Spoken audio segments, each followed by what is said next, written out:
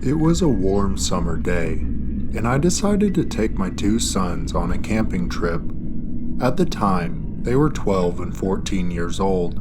They had been begging to go all summer, and the weather was perfect, so I decided on a state park in our area. We packed our gear and set off for the park. The drive was only about 45 minutes, but the steep and windy roads made it take even longer. When we arrived, we got out of the car to stretch our legs before picking a campsite.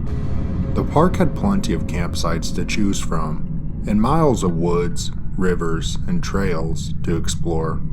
After some discussion, we settled on a secluded site close to a creek.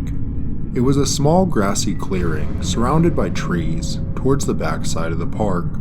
We quickly set up our tent and spent the rest of the day hiking the trails, fishing, and swimming in the creek. That evening, we found ourselves back at the campsite, starving. The boys set up a game of cornhole while I built a fire. We grilled some hot dogs and s'mores, and eventually the sun began to set. After dinner, the boys asked to hear a scary story, so I made one up about a monster who lives in the woods. Little did I know that it would foreshadow what was about to happen. As I was telling the story, we heard hoots and hollers from close by. I was confused because it was coming from directly into the woods, and there were no campsites that way. It was strange, but I brushed it off as just some teenagers exploring the woods. We were all tired from the day's activities, so we decided to go to sleep. Eventually the yelling wore down, and the boys fell asleep. I was awoken by my son, saying he heard a thud on the side of the tent. I checked my phone and saw that it was 2 a.m. I heard another thud hit the side of the tent, as if someone was throwing something at it. I unzipped the tent, telling the boys to stay inside, and stepped out. I looked around and saw two of the cornhole beanbags sitting beside the tent. I was puzzled, so I grabbed my flashlight to see who could have thrown them. I shone the light around, not seeing anything at first, but then, directly ahead, I saw a head peeking out from behind a tree. I called out, but the man didn't say anything. He just stood there, staring at me. I felt uneasy, so I called out again, asking what he wanted. He again didn't say anything, but then he stepped out to the edge of the tree line and stood there, smiling at me. I was contemplating what to do when I heard a twig snap 10 yards to the man's left. I shone my flashlight to see another smiling man emerging from the tree line. I shone my flashlight all around the clearing, and as I did, I saw 4 more men emerging from different parts of the tree line, surrounding me. I was so confused and scared, but I knew I had to protect my boys. I called out again, telling the men to leave. But as I did, the men each took 1 step forward and stood still, smiling at me. I told the boys to get in the car, and I watched as the men watched us. As soon as the boys got in the car, all 6 men began running directly at me. I bolted to the car and hopped in the driver's seat, but was grabbed on the shoulder and pulled back by one of the men. I hit the man in the face and then dove back into the driver's seat, slamming the door and locking it. All 6 men surrounded the car, hitting the windows and sides, and I reversed out of there as fast as I could. I watched as the men ran after us, but then they all stopped and just watched us as we left. We drove all the way home, leaving all our things behind. The next day, I went back with my brother to retrieve our things, and we realized something strange. All of our stuff was exactly as we left it, and the beanbags that had been thrown at our tent were set back in the spot the boys had left them. This was a chilling discovery for me. I didn't understand. If they weren't there to rob us, then why were they there?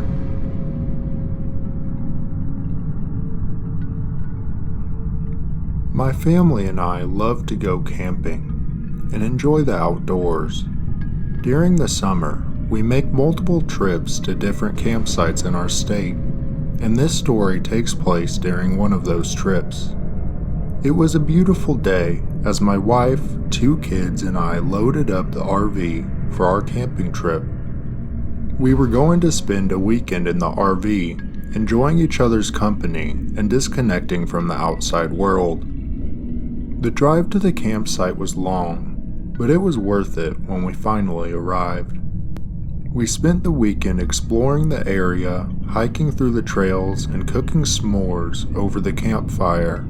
The weekend was perfect, and we were sad that it was coming to an end. On our last night, we all went to bed early, exhausted from the exciting few days. To understand the layout of the RV, mine and my wife's bed is set up at the front behind a wall, with a bunk room in the back of the RV for my kids. In between these rooms are a bathroom, a kitchen, and a living area. In the middle of the night, I was woken up by a strange noise. I sat up in bed, listening intently. It sounded like someone was walking outside the RV.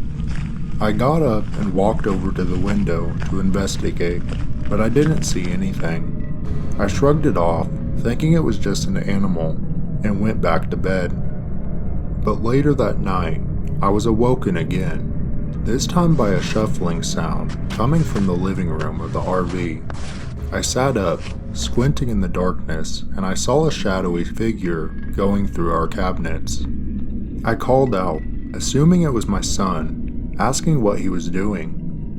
But then I heard my son mumble something back from his bed in the back of the RV. It wasn't him. I jumped out of bed to confront the stranger, who quickly bolted out of the RV. I ran out the door after him, but he was too fast. By the time I made it outside, he was already running down the road. I watched him disappear down the road, and then made sure everything was locked up, and we all went back to bed. But I couldn't sleep.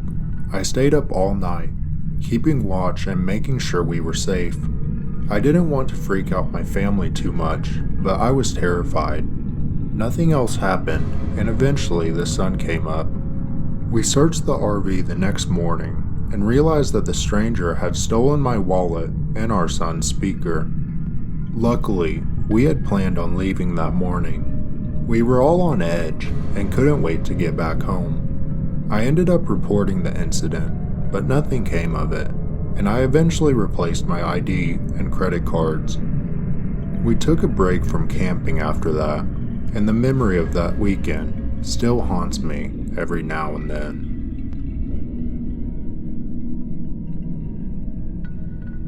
As we drove up to the lake, excitement ran through me like an electric current. We were finally going on our long-awaited camping trip. My friends and I had been planning this for weeks, and I couldn't wait to get to the lake and start setting up camp. There were 5 of us total, 2 girls and 3 guys.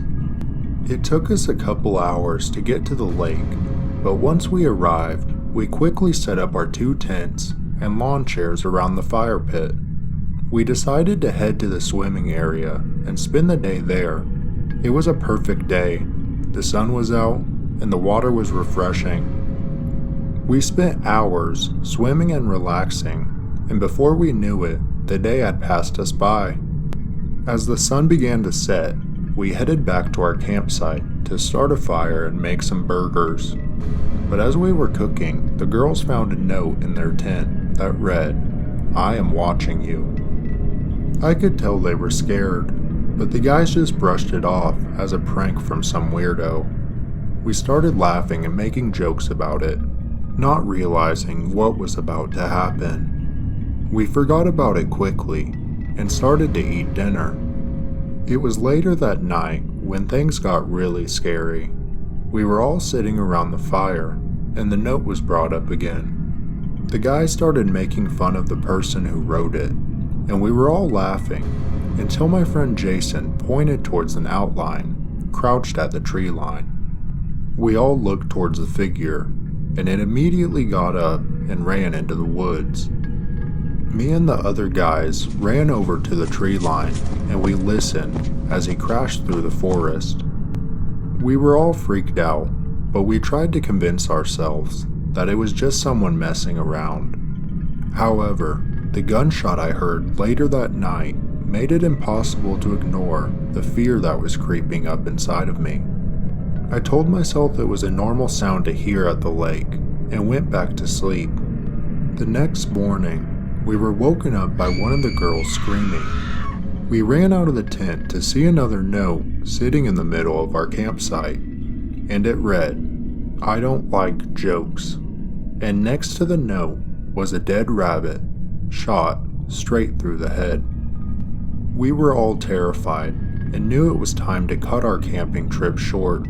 We packed up our gear and left as quickly as we could, not wanting to stay in that place any longer.